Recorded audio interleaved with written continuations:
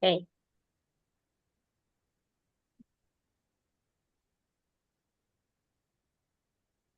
Bismillahirrahmanirrahim. Assalamualaikum warahmatullahi wabarakatuh. Waalaikumsalam warahmatullahi wabarakatuh. Alhamdulillah, pada hari ini kita dapat bertemu kembali pada pertemuan hari ini. Di sini kami dari kelompok 2 akan membahas tentang teori dalam penelitian. Boleh di next.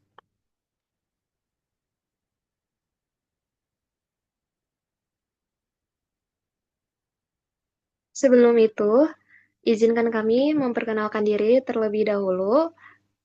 Saya Diayu Lestari, lalu rekan saya ada Fadilah Nur Syakbani, lalu ada Nadia Fatma Nur Rahman, lalu ada Widya Putri, dan terakhir ada Muhammad Kemal Vines Sobron. Namun dalam kesempatan kali ini, Kemal tidak bisa hadir dalam pembuatan video dikarenakan sedang dirawat di rumah sakit. Boleh di next?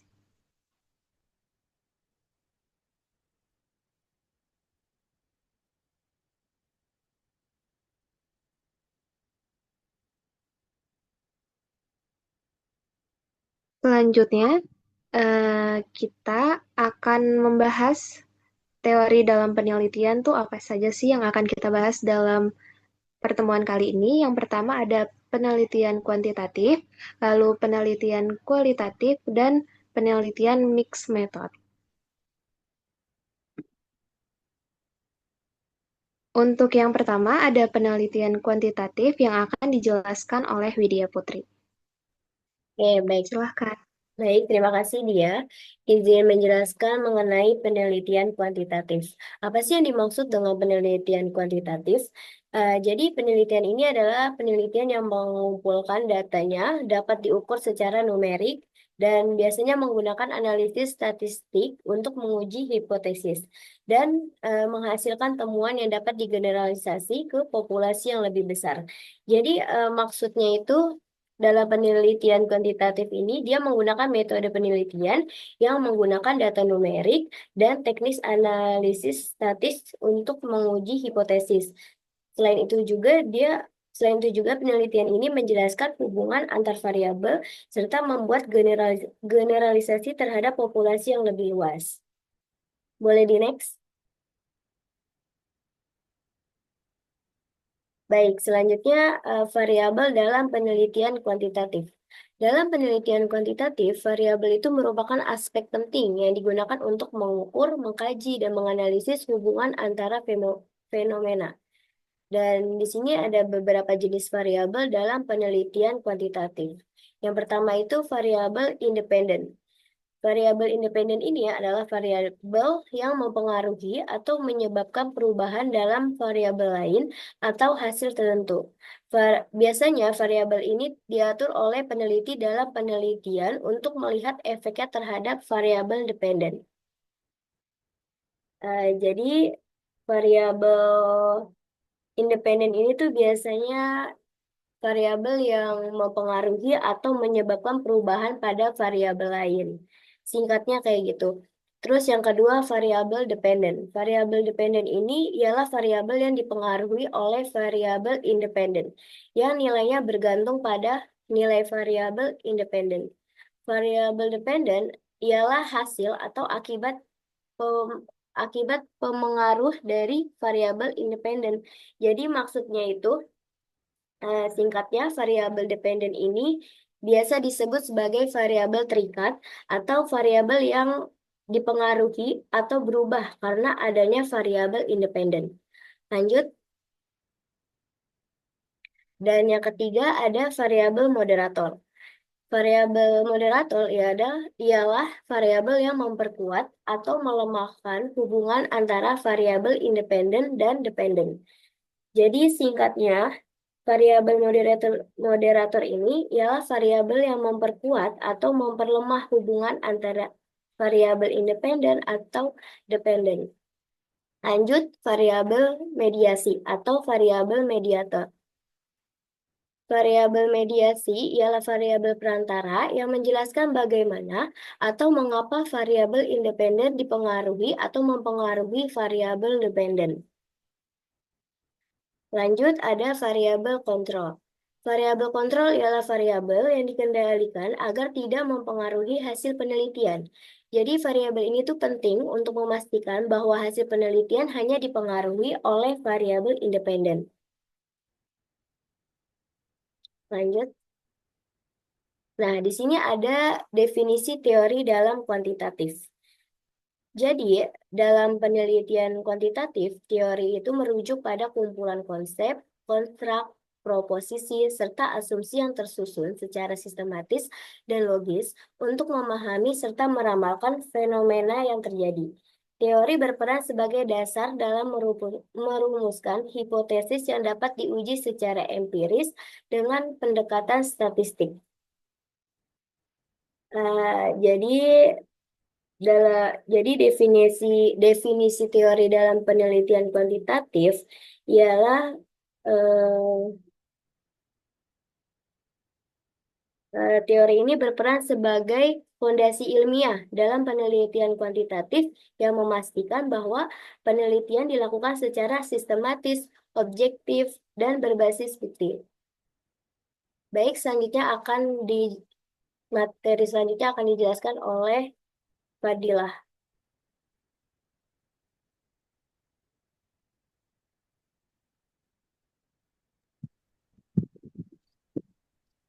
Selanjutnya ada menulis perspektif teori kuantitatif, yaitu menekankan pada pengukuran, perhitungan, dan data numerik yang objektif untuk memahami fenomena. Lalu ada fokus pada fakta dan hubungan antar variabel melalui pendekatan ilmiah yang sistematis.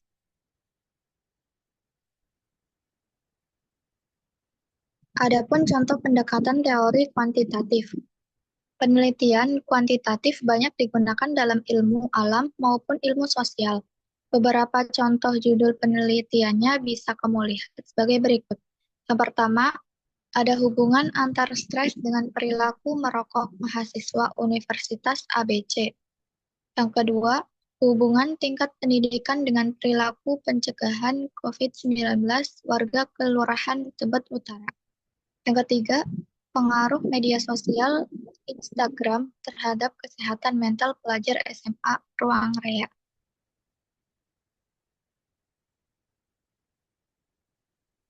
Lanjutan yang pertama, pengaruh kualitas produk dan harga terhadap keputusan pembelian konsumen.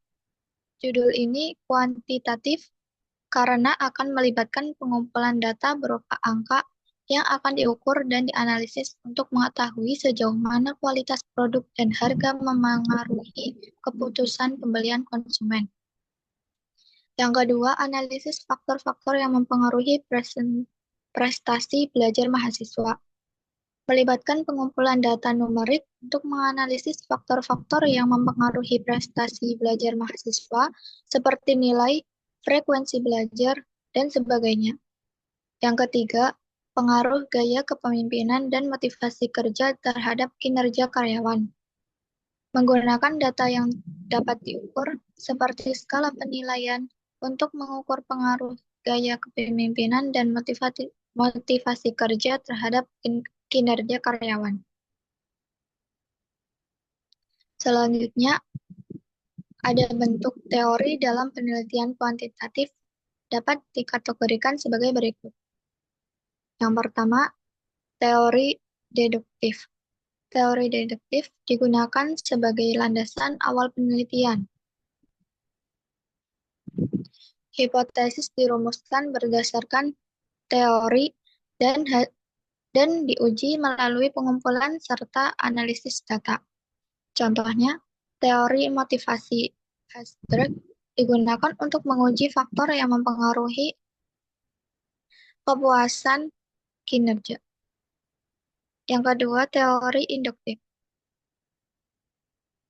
Teori induktif, teori yang data dikumpulkan terlebih dahulu, kemudian pola dan hubungan antar variabel ditemukan, jarang digunakan dalam penelitian kuantitatif karena lebih umum dalam penelitian kualitatif.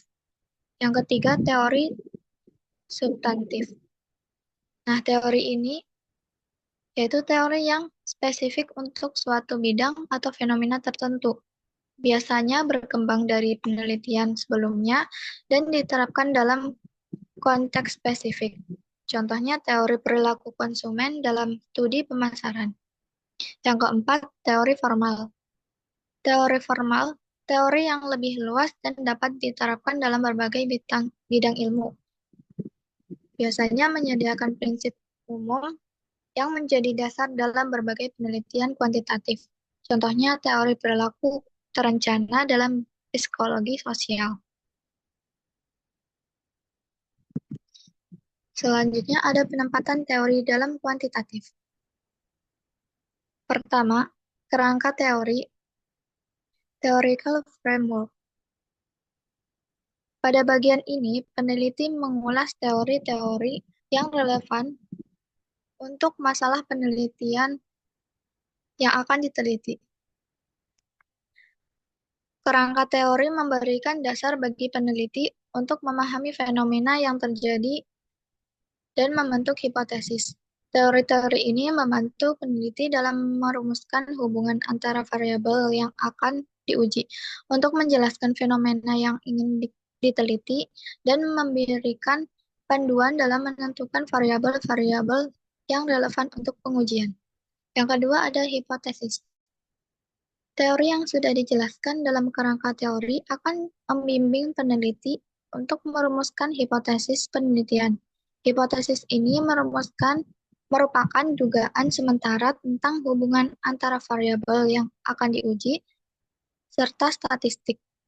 Hipotesis seringkali berhubungan langsung dengan teori yang digunakan sebagai dasar. Yang ketiga, ada metode penelitian dan pengukuran. Teori juga membantu dalam memilih dan merancang instrumen pengukuran serta desain penelitian. Misalnya, teori tentang perilaku konsumen akan membantu dalam menentukan variabel yang harus diukur dan bagaimana cara mengukur variabel tersebut, misalnya menggunakan skala Likert atau metode lainnya. Yang keempat, analisis dan pembahasan. Setelah data dikumpulkan dan dianalisis, teori digunakan untuk menginterpretasi hasil penelitian. Dan yang terakhir, ada kesimpulan. Di bagian akhir, teori akan digunakan untuk menarik kesimpulan serta implikasi teori dan praktik.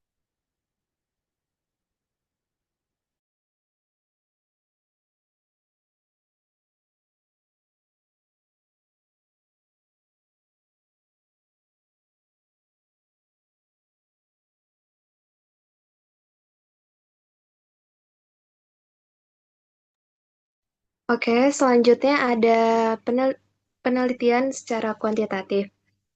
Penelitian secara kuantitatif adalah suatu penelitian yang ditujukan untuk mendeskripsikan dan menganalisis fenomena, peristiwa, aktivitas sosial, sikap, kepercayaan, persepsi, pemikiran orang secara individual maupun kelompok. Nah, penelitian kuantitatif ini membahas tentang berbagai masalah. Nah, masalahnya itu bisa tetap, berubah, bertambah, ataupun berganti. Selanjutnya, ada, boleh di next? Ada variasi teori penelitian kuantitatif. Nah, dalam penelitian kuantitatif ini ada 5 variasi teori, yaitu yang pertama ada study case, yang kedua ada grounded theory, yang ketiga ada ethnographic studies, yang keempat ada phenomenological studies, dan yang terakhir ada content analysis. Boleh di next? Selanjutnya, ada penempatan teori dalam penelitian kuantitatif. Yang pertama ada study case. Penempatan teorinya itu dapat fleksibel, yaitu bisa di awal, di tengah, atau di akhir penelitian. Penjelasannya, teori ini dapat digunakan untuk memutuskan pertanyaan, menganalisis data, atau membandingkan temuan. Peneliti dapat menggunakan teori yang sudah ada untuk memahami dan menjelaskan kasus yang sedang diteliti. Lalu yang kedua ada grounded theory atau teori grounded. Penempatan teorinya itu muncul dari data atau induktif, jadi bersumber dari data. Penjelasannya, teori ini dibangun dari data lapangan, bukan dari teori yang ada sebelumnya. Teori muncul sebagai hasil dari analisis data yang sistematis. Lalu yang ketiga ada ethnographic studies atau studi etnografi. Penempatan teorinya ini sama seperti study case, yaitu dapat fleksibel, artinya dia bisa di awal, di tengah, atau di akhir penelitian. Penjelasannya, teori dapat digunakan sebagai kerangka kerja awal atau muncul dari data lapangan. Seringkali teori ini yang sering digunakan atau cukup relevan untuk memahami konteks sosial. Lalu yang keempat ada phenomenological studies atau studi fenomenologi. Penempatan teorinya ini merupakan deskripsi pengalaman atau dari pengalaman pribadi atau orang lain. Penjelasannya ini terfokus pada deskripsi pengalaman yang subjektif sehingga teori eksternal diminimalkan. Peneliti berusaha memahami esensi dari pengalaman yang dialami oleh partisipan. Dan terakhir ada konten analisis atau analisis konten. Penempatan teorinya ini dapat fleksibel, berada di awal, tengah, atau akhir penelitian. Penjelasannya, teori ini dapat digunakan untuk merumuskan kategori analisis atau untuk menafsirkan temuan. Teori ini dapat membantu peneliti dalam memahami makna yang terkandung dalam teks atau media yang sedang dianalisis. Boleh di next. Selanjutnya ada contoh kasus dari teori tersebut. Yang pertama ada studi case. Contoh kasusnya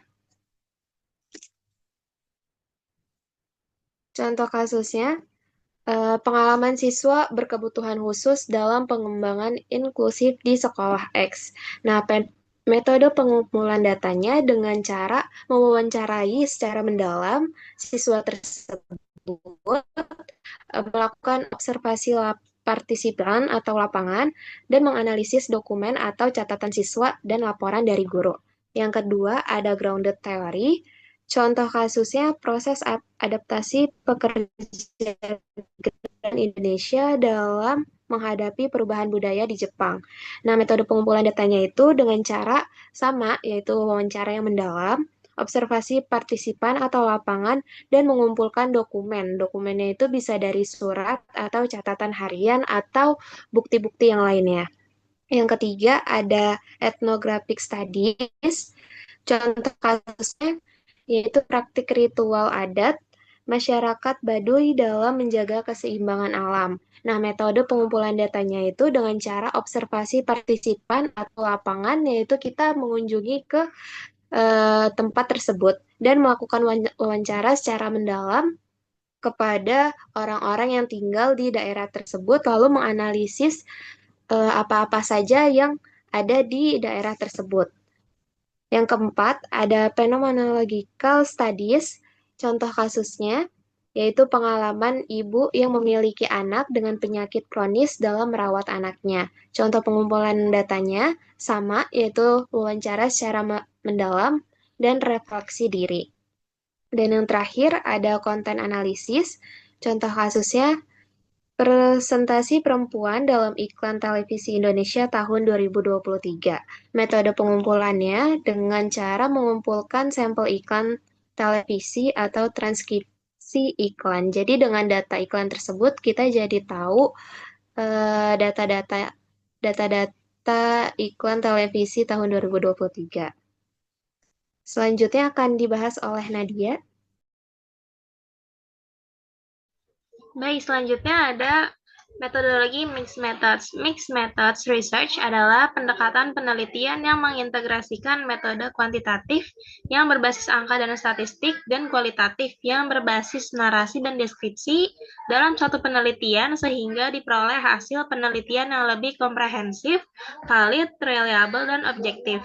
Terdapat beberapa jenis desain penelitian Mixed Methods, antara lain yaitu Convergent Parallel Design, Explanatory Sequential Design, Exploratory Sequential Design, Embedded Design, dan Transformative Design. Boleh di next.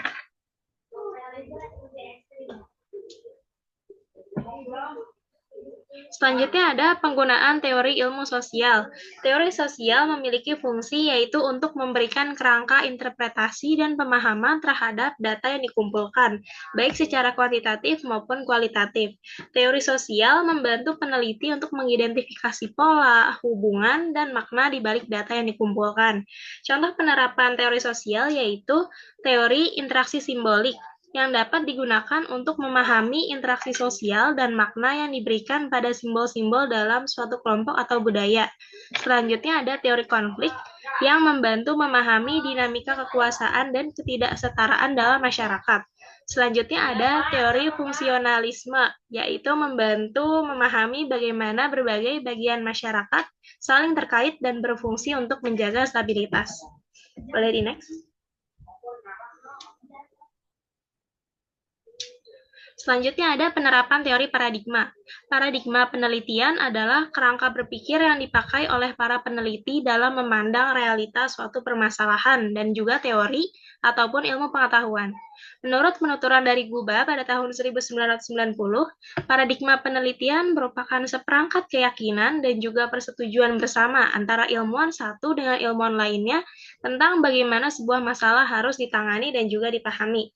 Macam-macam paradigma yaitu ada pragmatisme, positivisme, subjektivisme, konstruktivisme, realisme kritis, dan transformatif. Boleh di next? Selanjutnya ada paradigma transformatif. Paradigma transformatif adalah pendekatan penelitian yang berorientasi pada perubahan sosial, keadilan, dan pemberdayaan kelompok marginal. Paradigma ini sering digunakan dalam penelitian yang bertujuan untuk mengungkap ketidakadilan, memberdayakan komunitas, atau mendorong perubahan kebijakan. Beberapa karakteristik paradigma transformatif yaitu berfokus pada kelompok rentan, misalnya perempuan, penyandang disabilitas, masyarakat adat, dan kaum minoritas.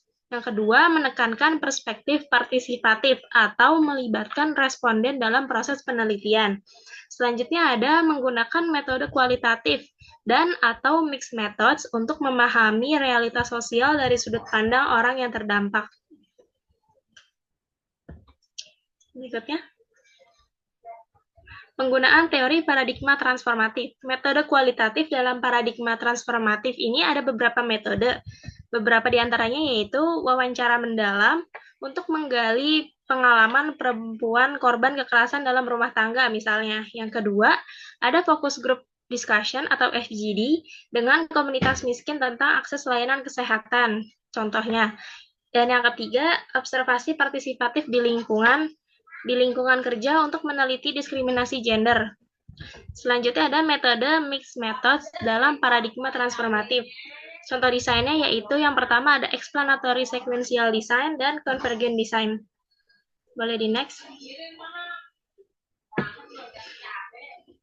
Beberapa contoh penggunaan paradigma transformatif dalam penelitian. Ada beberapa bidang. Yang pertama di bidang pendidikan dengan judul penelitian peran pendidikan inklusif dalam meningkatkan kesempatan bagi anak, tujuan memberikan rekomendasi perbaikan. Yang kedua di bidang kesehatan, contoh judulnya yaitu akses layanan kesehatan bagi masyarakat miskin di daerah terpencil. Dengan metode kualitatif memiliki tujuan untuk mengidentifikasi kendala dalam akses layanan kesehatan dan juga mengusulkan solusi berbasis komunitas. Yang ketiga di bidang sosiologi, contoh judulnya yaitu pengalaman pekerja perempuan dalam industri manufaktur dengan memanfaatkan metode mixed methods yang bertujuan untuk meneliti diskriminasi gender di tempat kerja dan memberikan masukan untuk kebijakan ketenagakerjaan. Berikutnya ada di bidang hukum dan hak asasi manusia, dengan contoh judul studi tentang kekerasan berbasis gender dan perlindungan hukum kepada korban, dengan metode kualitatif yang memiliki tujuan untuk mengevaluasi efektivitas kebijakan hukum dalam melindungi korban dan mendorong reformasi kebijakan.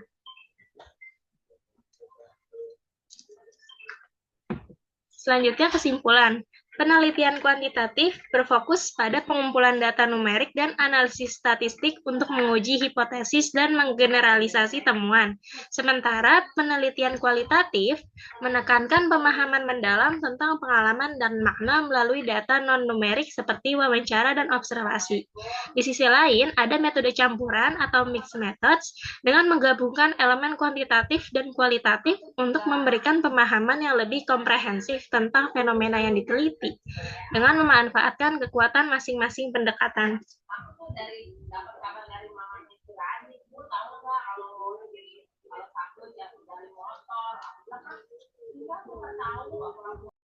Oke, terima kasih teman-teman yang sudah menjelaskan.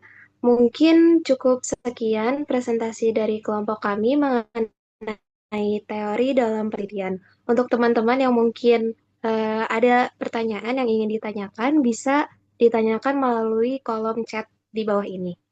Kurang lebihnya mohon maaf. Wassalamualaikum warahmatullahi wabarakatuh. Udah.